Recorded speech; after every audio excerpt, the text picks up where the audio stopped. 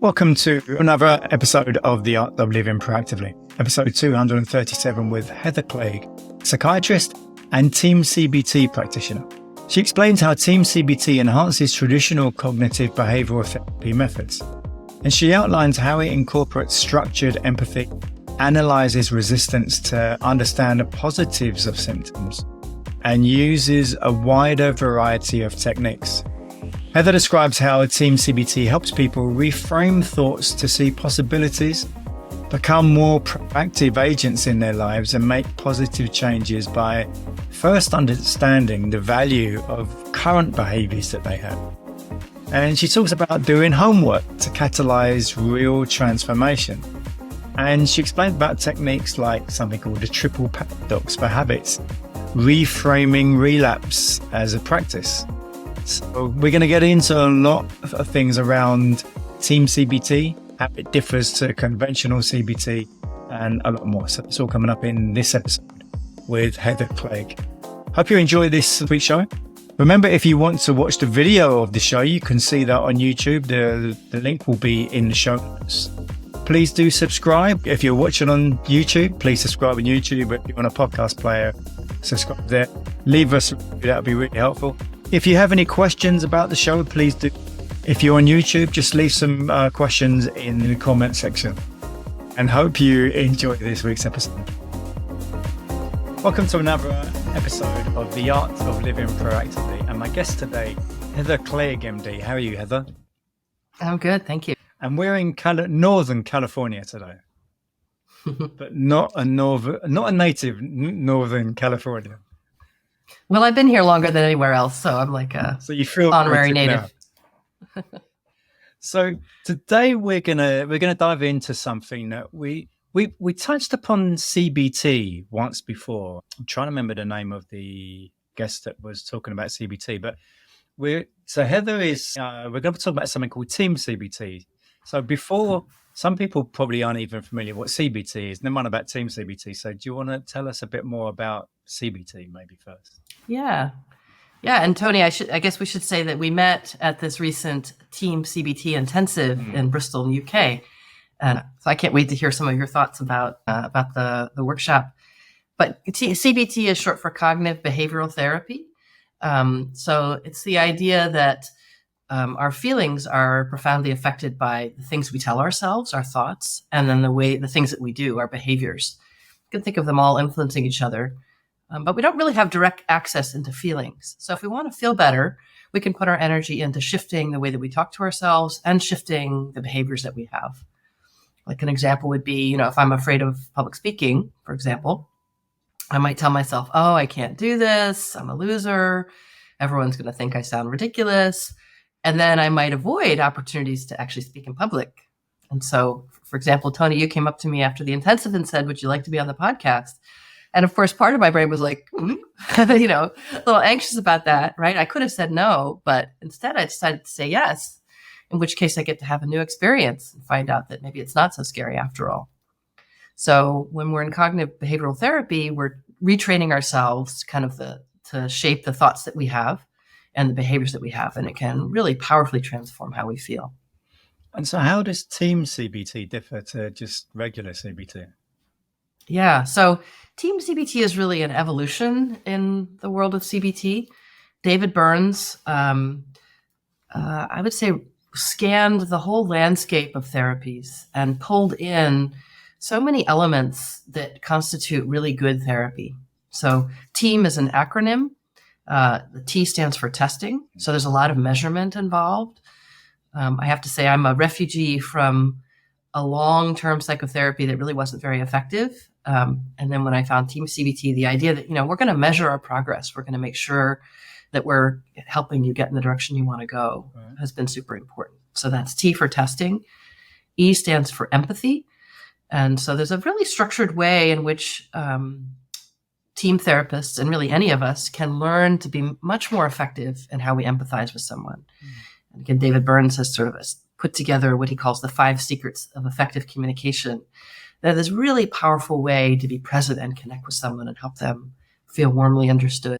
The A stands for analysis of resistance.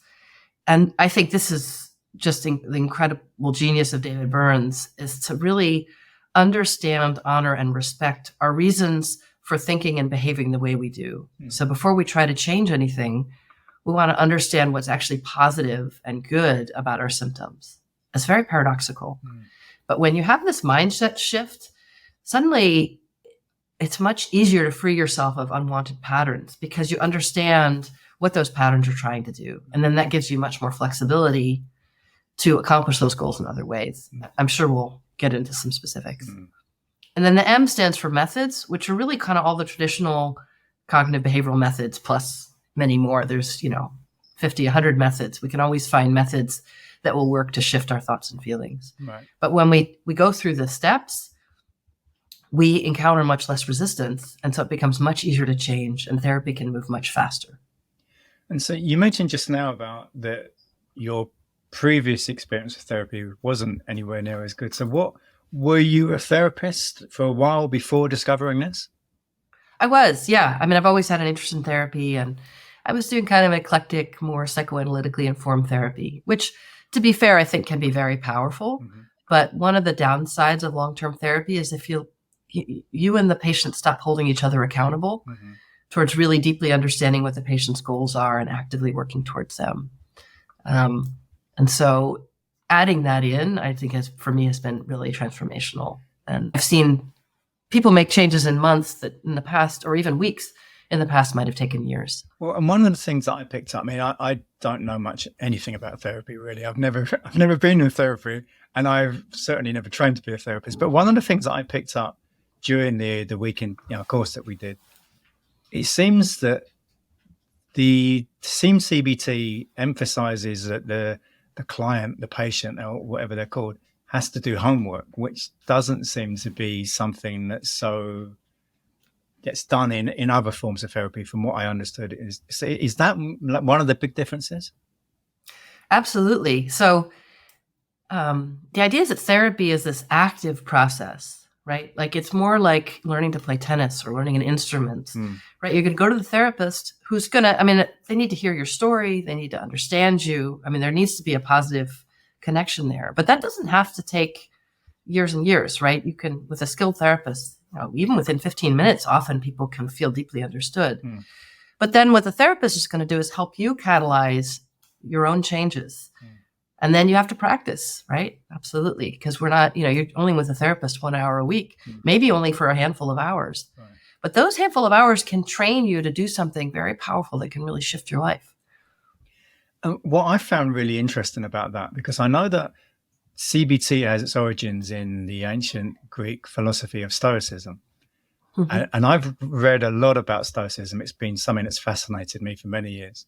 And one of the main tenets of Stoicism is not, you don't just read about Stoicism, you act it. You actually have to, the famous Stoics like Epictetus and Seneca and so on are always talking about, this isn't something you just read. This is something you actively do. And so that element of Team CBT is so much more aligned with Stoicism. Yes, absolutely. Exactly. It's something you live and breathe. Yeah. I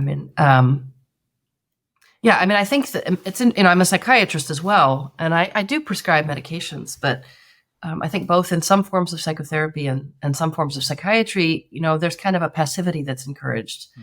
And in a way you think, what's a life well lived, right? It's a life where you're the agent, you're the protagonist, you're doing things, right? You're manifesting. That's what we want to help people do. And the problem is that we can fall into thought patterns and behavior patterns that beat ourselves down and keep us from engaging in that vital way. So you mentioned about, there's many different methods, and I think you said there was over 100 or so. So are many of those methods used in all forms of CBT? How many of those have been created by David, which aren't in other forms of CBT? I'm not sure I can answer that because I never did sort of standard CBT. I came to CBT through David, but my impression is that he's invented a tremendous number of methods. He's an incredibly creative guy. Yeah. And he uses a lot of role-playing methods, which you can think of as kind of a behavior. Like you can do cognitive methods where you start to look at your thoughts and shift your mindset. And then you can do a role-play method where you actually speak from the perspective of this new mindset. It's very powerful. And I guess we've referred to David a few times, but there's probably people thinking, who is this David guy they keep talking about? Right. So David Burns is himself a psychiatrist who practiced like biomedical psychiatry and actually did research on antidepressants. And he was so underwhelmed by the impact of antidepressants that he got very excited about cognitive therapy. And he both worked with Albert Ellis and Aaron Beck, and then sort of branched out on his own and has created his own take on cognitive behavioral therapy. And that Ellis and Beck were the actual originators of CBT, weren't they? I believe so, yeah. So when did you first come into Team CBT? I think it was 2014. It was a hard time of my life. I had a sort of traumatic divorce. And I felt a little frustrated by the therapy I was doing. It hadn't really helped change things for me. And I went to one of David Burns' 4-day intensives, and I was blown away because he does, as you saw in our intensive, he'll do live work with someone. So he has someone come up in front of the group and he goes through a whole therapy session in about 2 hours. And you can see that someone's mind state can completely shift in that time. Yeah. And again, he has this very skillful way of empathizing so that people feel really heard and understood. And then he goes through what's the positive reframe. So he asks a question and he has you write out your thoughts and feelings at a specific moment in time when you were feeling upset. And then he asks this magic button question. And he says, now, if you could press a magic button and it would take away all these negative thoughts and feelings, would you press it? Right. And most people are thinking, like, for example, let's say an example of someone who at the conference had gotten up to do an example, a demonstration of something and hadn't done it very well. It's just sort of made a goof in front of 50 people. And they're telling themselves like, oh, I shouldn't have done that. Everyone's going to think I'm such a loser. You know, I'm a terrible therapist. So, you know, we'd write that down on the daily mood log, which is a thought journal. And so then he asked this question. So you could, and this person is feeling embarrassed and humiliated and insecure and inadequate and anxious, maybe depressed. And they say, of course, they don't want to feel all those terrible feelings. So of course they'd press that magic button. But then we say, well, let's slow down a second, because I'd be hesitant to just wipe them away, because I'm imagining there's some positive things associated with these thoughts and feelings. Can we take a look at that? And usually people are pretty like confused, like, well, why does feeling like a loser? How could that possibly be positive? Then you think, like, what if you could never feel insecure? You could never feel the slightest bit inadequate. What would that be like? And people start to think, oh, right. What is the fact that you feel insecure after having failed at something show about you, show about what you care about?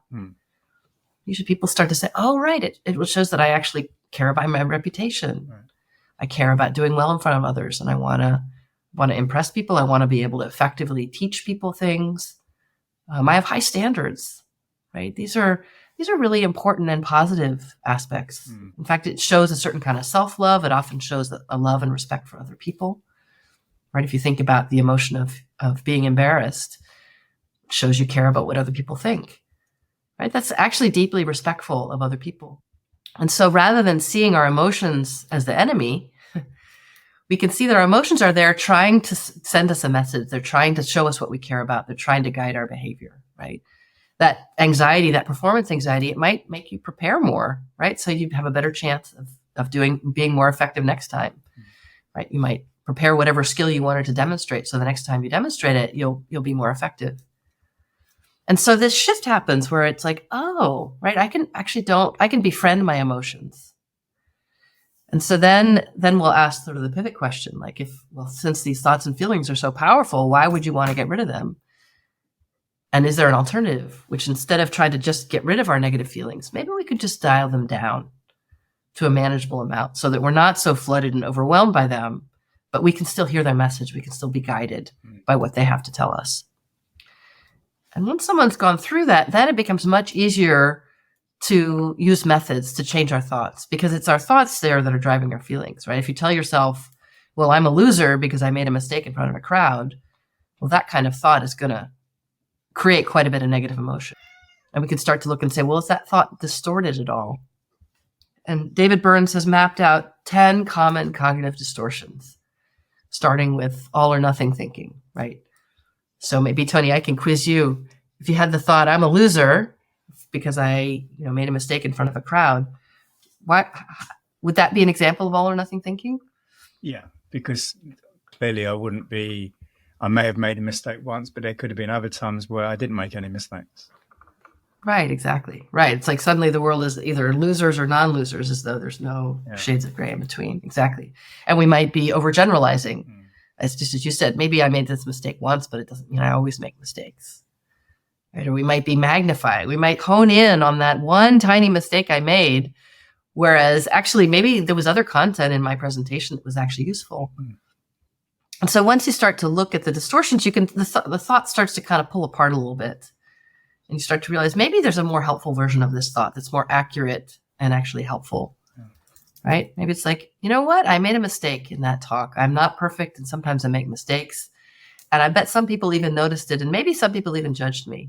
But, there were some things I did in that talk that were actually good, and there was a lot I could build on. And so I can practice more. So the next time I do this, I'll learn from those mistakes. And I'm grateful for my embarrassment because it motivates me to work hard and try to do better next time. I've been reading the book. Well, I say the book because he's written a few books. But at the moment, over the last few days, I've been reading the Feeling Great book by David Byrne. Yes, here it is, Feeling Great. And one of the things that I wanted to talk to you about, because I believe it started in a couple of weeks' time. You've got a Feeling Great book club. That's right. That's right. So these techniques lend themselves really well to self-help. Right. Some people don't even need a therapist to kind of learn these techniques and transform their lives. And so in order to facilitate and help that, my colleague Brandon Mance and I are leading the Feeling Great book. So over 12 weeks, we'll go through the book reading a few chapters per week. And then we'll give folks a chance to ask questions. We'll do some demonstrations of some of the methods. And then in breakout rooms, people will get a chance to discuss it and practice the exercises. Because one of the things that I thought was quite interesting about the book was, I'm listening to the audiobook version at the moment, but I think I'm going to buy the physical book as well. But as I've been going through it so far, and then regularly, he'll present a situation and then ask you to think about how would you react to, he'll throw out something. And he said, right, so write it down before you go on. And he's doing that constantly throughout the book, and it's very different to many books. It's really getting you to think and participate as well in it. Exactly. David Byrne has a wonderful sense of humor. And so he'll tell you how important it is to do the exercises in the book. Again, it's not a passive thing. You can't just read it or listen and have the transformation. You have to actually do the exercises. Yeah. And so he says, okay, now before you keep reading, I want you to go back and do the exercise. And then the next paragraph, he says, now, did you do that exercise? I bet you didn't. Now go back and do that exercise. So exactly. Doing the exercises in the book are really what make it so incredibly powerful. And so in that book club, so you mentioned it's 12 weeks, and are there 12 chapters? I don't know how many chapters there are. Oh, there's more than 12 chapters. I read like 2 or 3 chapters a week. Right. Okay. Yeah. And so it's like a thorough examination of the book and how it works and so on. Mm-hmm. Exactly. It's funnily enough, so just before we started recording, we were talking about motivational interviewing, and we'll come on to that in a minute. And there's connections between motivational interviewing and Team CBT. But I've only done a book club once before, and funnily enough, it was on a book called Motivational Interviewing in Nutrition and Fitness. Mm-hmm. And it was about 3 years ago or something. I was doing a nutrition coach course, and one of the recommended books on this course was that book. And it had such an effect on me, that book. I thought, wow, I really, really like and find powerful many of the sort of techniques in that book. So I got together with a few girls who were on the same course as me, and we went through that book page by page over the course of a few months to really understand it, and so we could, use it more in our coaching. And so it's quite funny that how Team CBT, or motivational interviewing, I suppose in some ways you could say, comes from Team CBT. And do you want to tell us more about that? Well, so I don't know a lot about motivational interviewing. I know that David Byrne will say that. He thinks that he influenced the person who developed Team CBT. I think what they share in common is this, again, deep respect for what you're doing now. Before we try to change something, we want to understand the function, the purpose, of what you're doing now. It honors some value that you have. And if we don't do that, you're going to resist, right? So we bring that resistance to conscious awareness. And once it's in conscious awareness, it's interesting. It often melts away. Mm. It's like a deep empathy exercise, really, to kind of think about how our symptoms are connected to our values. Well, I know there's a few health coaches listen to this podcast, and many health coaches have read the book Motivational Interviewing in Nutrition and Fitness. And I would urge, or would certainly suggest, that you check out this book. There's two main books from David Burns, the Feeling Good and Feeling Great. So what is the difference between them? Yeah, Feeling Good, he was his first book, and, a huge bestseller. And, it's been shown that just having the book delivered on your doorstep is an effective treatment for depression. They did a randomized trial where they mailed the book to some people, and it was so powerful, right, that they were able to see a difference even without actually measuring which fraction of people used it. I don't believe actually having it on your doorstep is what made the difference. I think some people use the book. And then Feeling Great incorporates all the more recent developments, right, where he's got this analysis of resistance and more thoughtful ways of using empathy. So if you had to start somewhere, I would recommend folks start with Feeling Great, because it is his more modern synthesis of his approach. And he has different, he has tools that work on like depression and anxiety, tools for relationship skills, and then tools for habits or addictions, which would probably fall in the realm of what health coaches are working on. And there are two supplementary chapters that aren't in the hard copy of the book, but you can get on his website, that are specifically for habits and addictions. And I think we learned about this in the last day of the intensive. There's a method in there that I really love. It's called the triple paradox, right? So we have someone come up with 3 columns. Say you have a habit you want to change. Like, Tony, is there any habit that you might want to change? Health habit, or getting to bed on time, or? When it comes to health, I have amazing discipline. When it comes to business, I'm the opposite. So if we started to talk about business habits, I could give you loads, but with health, I'm remarkably disciplined. Well, good on you. All right. Well, then, is there a business habit you'd like us to chat about? Yeah, I procrastinate too much when there's so many things I could be doing to move my business forward, and I just don't do them. Oh, fantastic. Great. And was there a moment in time when you were procrastinating recently? Yeah, yesterday. Yesterday. All right, cool.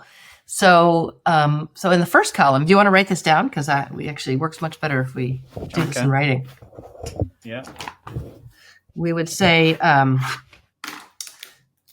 right. So, what are all the good reasons to procrastinate?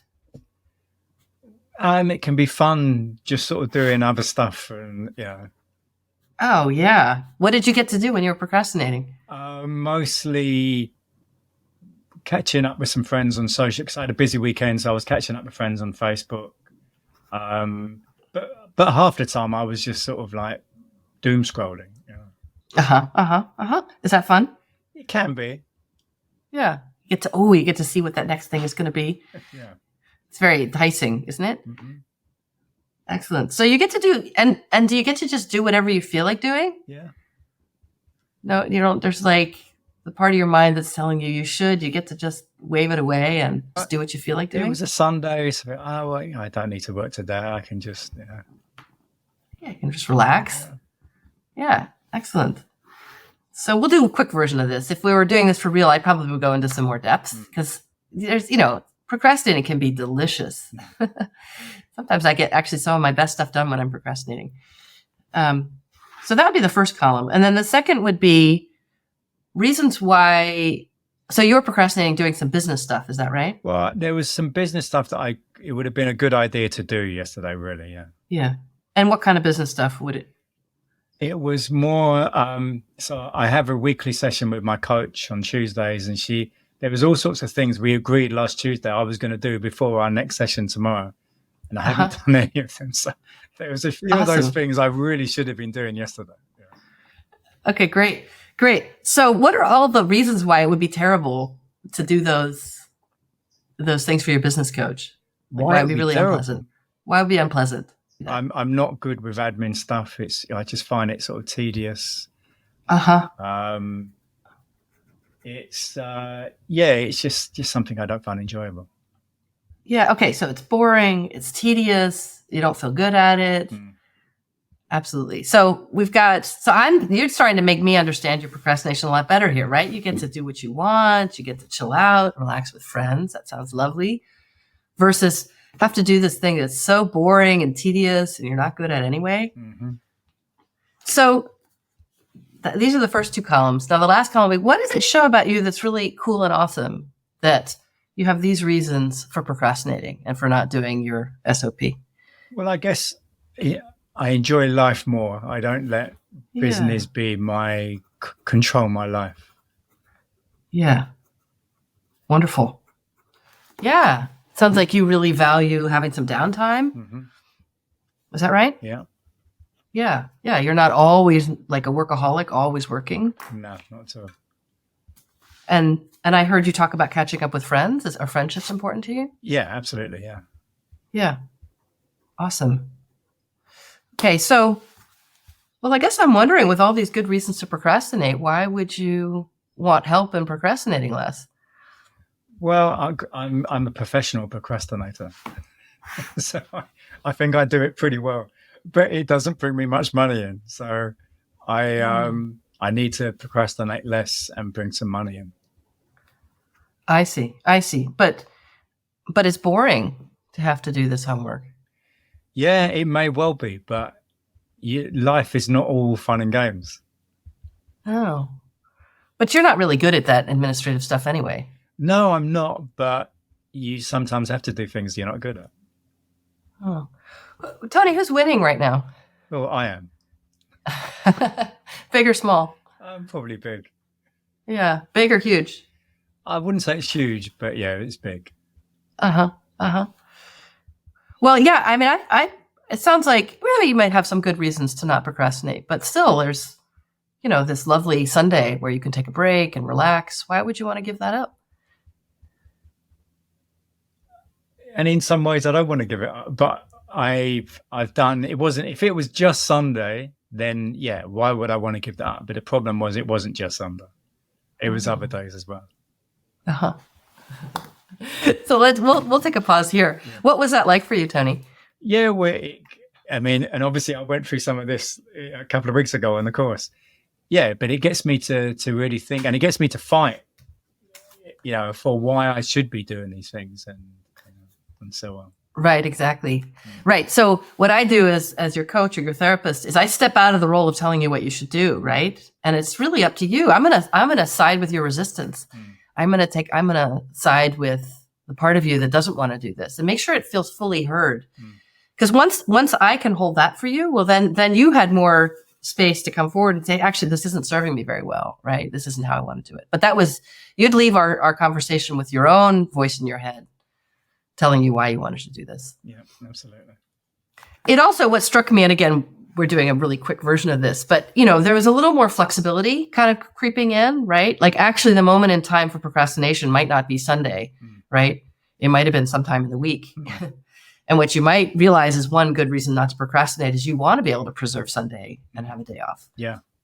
But again, if we were doing this together, I'd let you'd be the one who would come up with that so that you're really kind of deeply honoring your own wishes. No one is coercing you or forcing you. Yeah.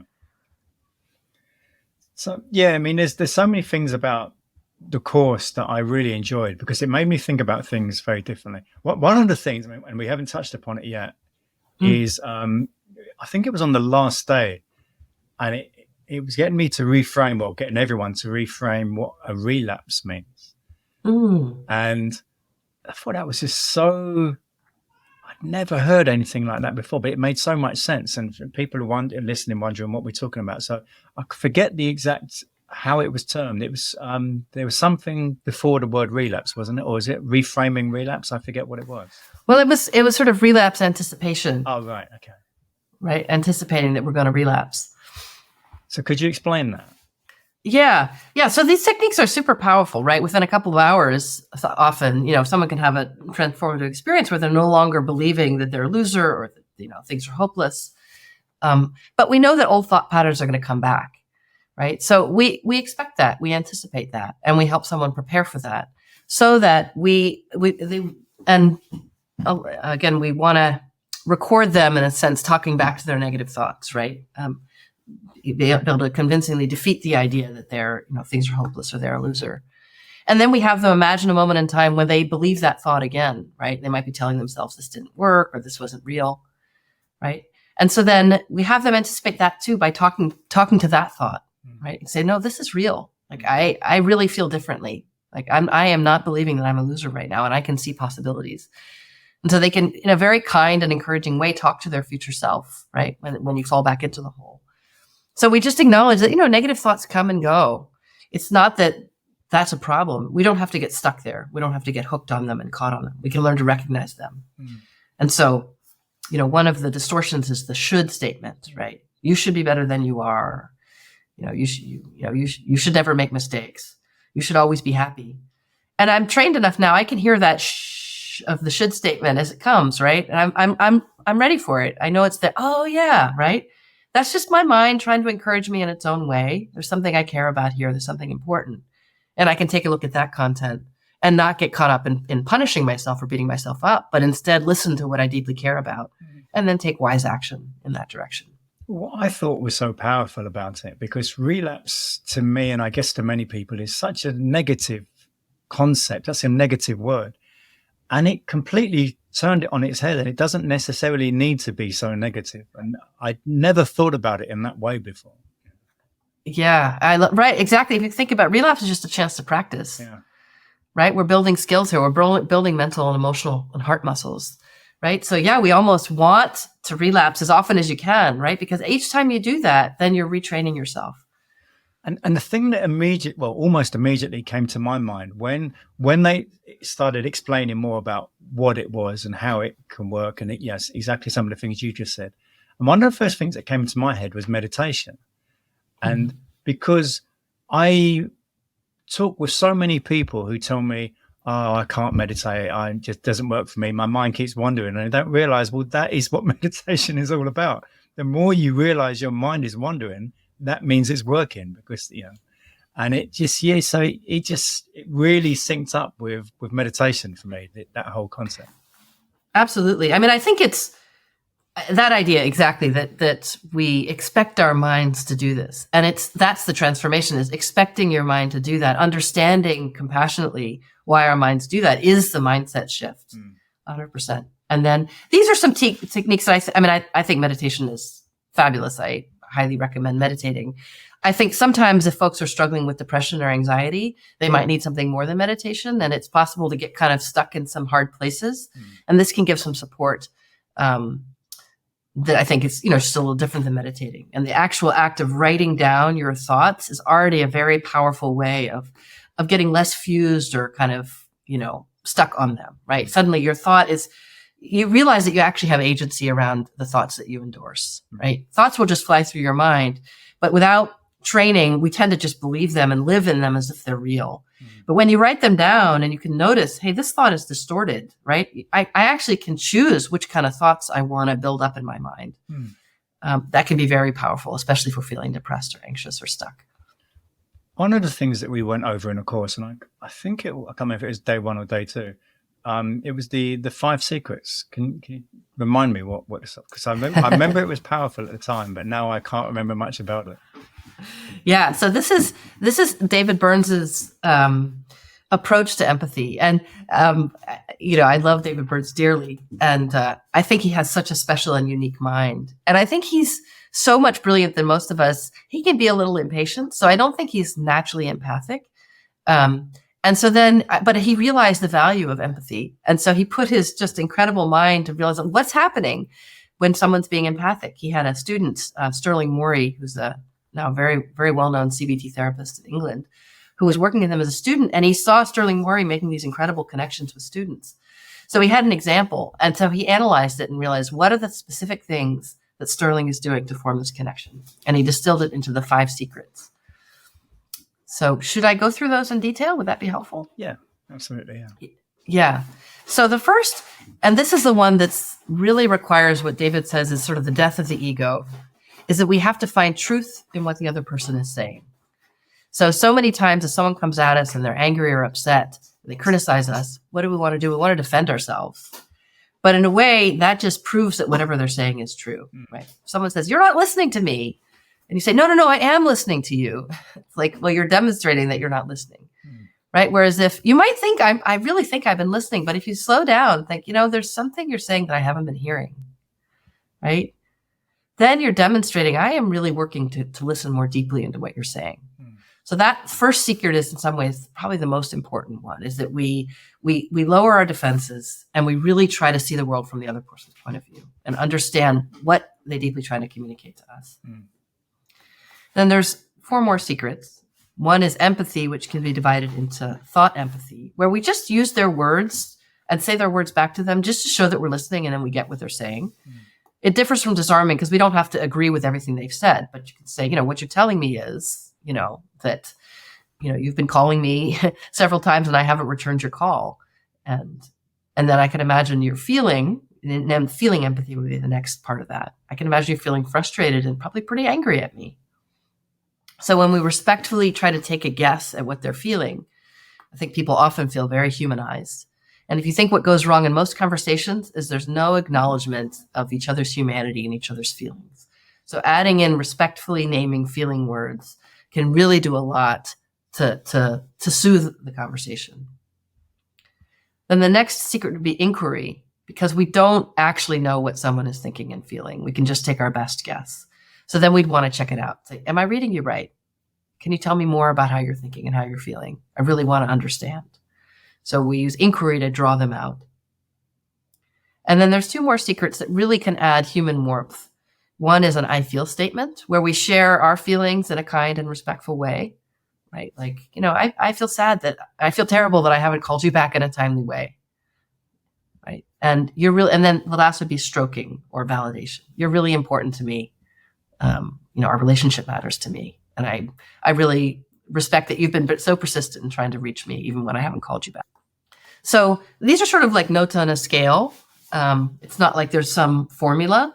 But when we use these different techniques, it can just do so much towards bringing a conversation out of this conflict of, people arguing over the content and into we're 2 human beings trying to understand each other. What's tricky is that this is very hard to do if you're criticizing yourself or you're feeling defensive. So often when we most need these skills, they're not available to us because we get triggered or reactive. So before teaching the 5 secrets, David Burns will do a lot to notice our tendency to blame the other person and our tendency to want the other person to change, want them to be the ones to understand. When we can let that go, we can realize, actually, I'm the one who needs to understand me. If I can have my own back, if I understand why I didn't call this person back, right? I'm not feeling guilty about that because I had a good reason. Then that's what lets me be really much more open and present to the other person's experience. What advice would you give to someone who they may be stuck in reactive patterns and, they want to turn their life around? Yeah. Well, I'd probably start with the book Feeling Great, because that book is really centered around looking at depression and anxiety. And what are these stories that we tell ourselves, these thoughts we tell ourselves that kind of keep us in ruts, right? They tend to be kind of grim and limiting. And again, by going through the exercise of measuring our feelings, giving ourselves empathy, by really writing down in detail what we're thinking and feeling, and then using this magic button and the positive reframe to honor what's important and valuable about our feelings, then that can open up and let us shift so that we can talk to ourselves in different ways. We can engage in new behaviors. And so that we have our own back, right? We really feel like we're on our own side and our own team. And then from there, that's usually the place that I would start. And then from there, we can look at habits, right? If we wanted to change habits. Again, it's much easier if you're coming to yourself in a kind and encouraging way than if you're resorting to sort of punishing to self-talk. And then especially, and then in terms of relationships, right? If we have our own back, if we're treating ourselves with kindness, it's much easier to interact with others with kindness and to receive them non-defensively and help diffuse other people. Yeah. So, this, obviously the title of the show is about the art of living proactively. So how, thinking about proactivity and sort of conscious choice making, how can that improve someone's life and relationships like you just touched upon?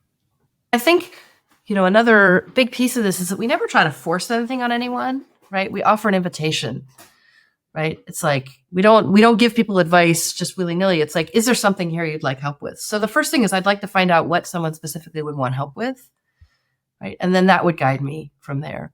If someone's coming at this from a perspective of self-help and they want to help themselves, then again, I think unless you don't have any depression or anxiety, I'd probably recommend starting with feeling great and working through those exercises. Right. And again, we have the book club that starts on September 13th. So anyone who'd like to join us is very welcome. We have a very generous sliding scale. And I think that would be a really great way to do a deep dive. Because there's one early in the morning US time and there's one sort of later in the day as well, isn't there? That's right. There's one at 8:30 a.m. Pacific time, which would be, I think, 4:30 p.m. UK time. UK, yeah. Yeah. Yeah. And we've got folks coming from all over the world joining us. And that's what, 90 minutes? Yeah, it's 80 minutes. 80 minutes. And that's for 12 weeks? 12 weeks, exactly. And then what time is the later one? The later one is at 5 p.m. US time. So that would be... Oh, that would be too late for people in the UK. But yeah, I don't think that would work for... We have listeners all over the world, so there'll be other people who that would be more appropriate for. So. Yeah, exactly. Yeah, we aimed it so that we could reach folks from all over the world. Exactly. That's Pacific time. It's 5 p.m. Right. Pacific, yeah. Okay. And so if people want to find out more about the book club, where would they go? Well, you could just Google Feeling Great Book Club, and I think we'll be one of the top hits. Otherwise, Brand and I are both part of the Feeling Great Therapy Center.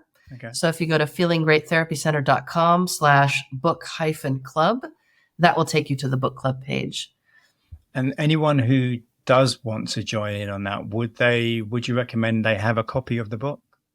Yeah, you'll need a copy of the book, either a Kindle version or a paper version. Yeah. Right.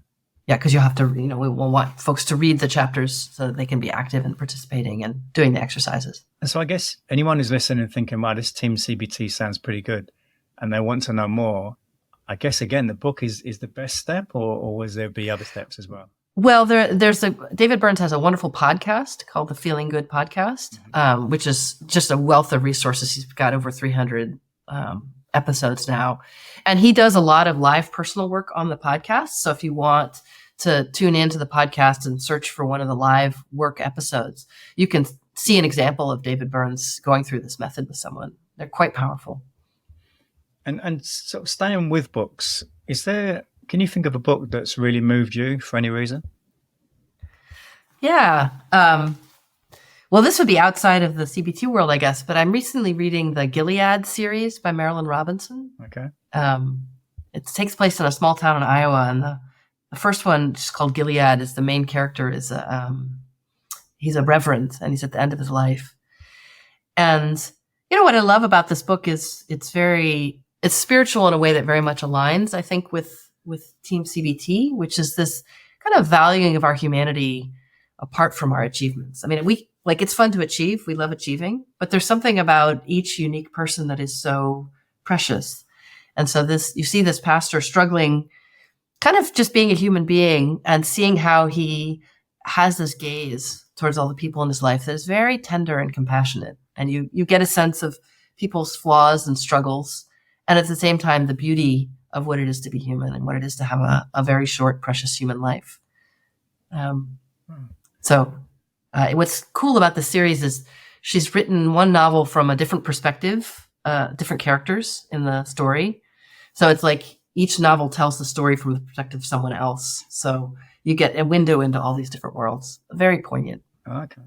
That sounds, well, it's probably not the same, but you just reminded me when you described that of, there was a Japanese film in the 50s called Rashomon. Yeah. Rashomon. Yeah, that was it. Yeah. Yeah. That's a wonderful, right? Because it's about a murder, and everyone who tells the story ends up describing how they committed the murder. Yeah.